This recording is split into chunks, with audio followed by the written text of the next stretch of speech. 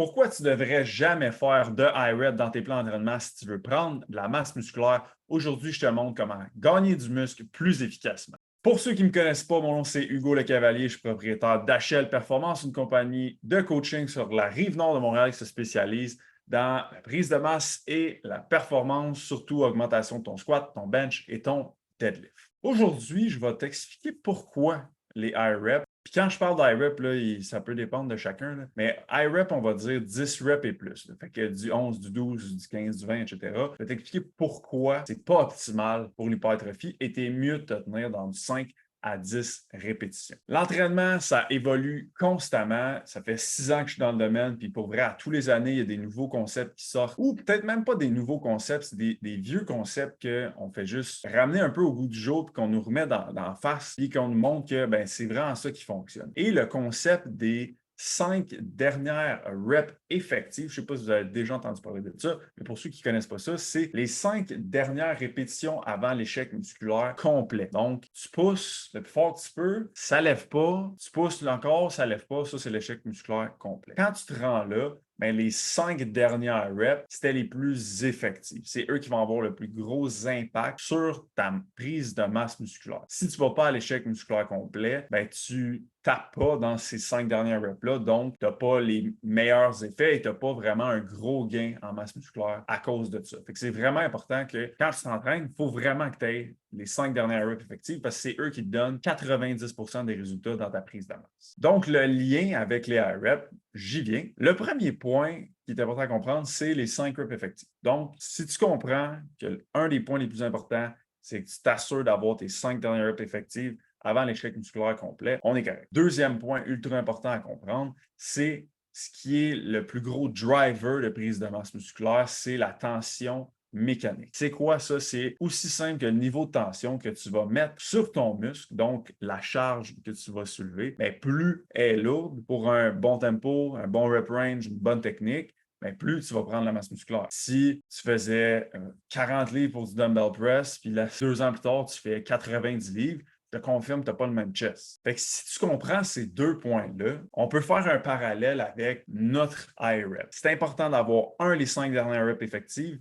Deux, ça nous prend une tension significativement assez élevée. Donc, les high reps, oui, ils nous permettent quand même d'avoir un 5 dernières reps effectif parce que tu vas à l'échec, peu importe que tu fasses 10, 12, 15 reps, mais il y a beaucoup moins de tension générée avec les high reps. On fait une comparaison. Si tu fais 12 répétitions pour du press, puis tu mets 30 livres, puis tu vas à l'échec musculaire complet, ça te donne 5 reps effectives avec 30 livres de charge. Si tu fais 6 reps, puis tu prends 60 livres, puis tu vas à l'échec musculaire complet, bien là, tu as 5 reps effectives avec 60 livres de tension. Donc, tu as littéralement le double. Et là, tu rencontres les deux critères. Donc, un, tu as tes 5 dernières reps effectives, good job, mais deux, tu as le double de tension. Fait que tu vas prendre bien plus de masse musculaire avec la deuxième option. Ce qui n'est pas à négliger non plus, c'est si tu vas à l'échec pour du 12 reps, mais tu ne vas pas pour du 6 reps, bien là, ton 12 reps, il est peut-être meilleur.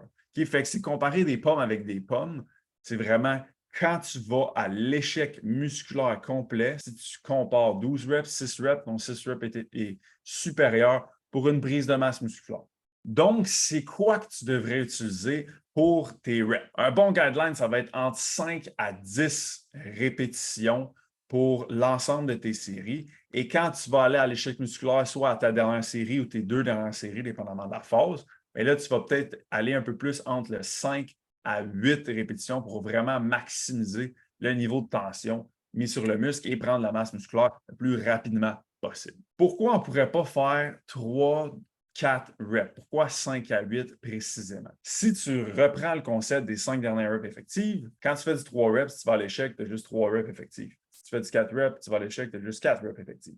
Donc, tu es bien mieux d'aller à du 5, du 6, du 7, parce que là, tu vas aller en chercher plus de reps effectives, ben, tu vas aller chercher tes 5, tu ne veux pas aller chercher plus. Tu vas aller chercher tes 5 dernières reps effectives minimum quand tu arrives à 5 reps. Mais à 3 à 4 reps, pour la prise de masse musculaire, c'est vraiment pas optimal. À moins que tu es dans une phase où l'objectif, c'est vraiment de te faire gagner en force. À ce moment-là, ben oui, ça peut être intéressant de faire du 3 à 4 reps dans une phase de force ou si tu veux être plus fort, sure, c'est très bon.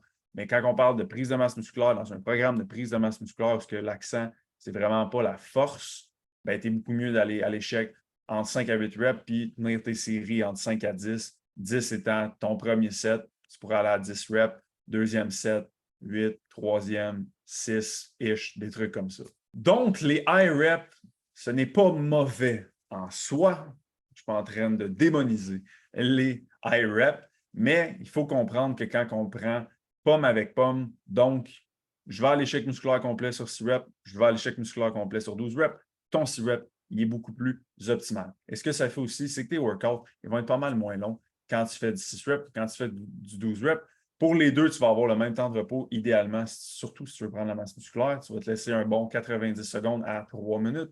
Donc, ton workout, il est plus court, il est plus efficace. Donc, ce qu'il faut comprendre, c'est que le seul désavantage un peu des high reps, c'est pas que tu n'as pas les 5 dernières reps effectives. Tu les as, un ou l'autre. C'est juste que le niveau de tension mis sur ces 5 dernières reps-là n'est pas le même et ça ne va pas avoir le même effet au niveau de ta prise de masse musculaire. Merci de m'avoir écouté pour cet épisode du podcast. Si vous avez des questions, faites juste m'écrire sur hugo.lecavalier sur Instagram ou HL Performance Baraba sur Instagram. J'aimerais bien prendre vos questions et faire des épisodes de podcast avec, donc n'hésitez pas à m'écrire. On se voit dans un prochain épisode. Bye!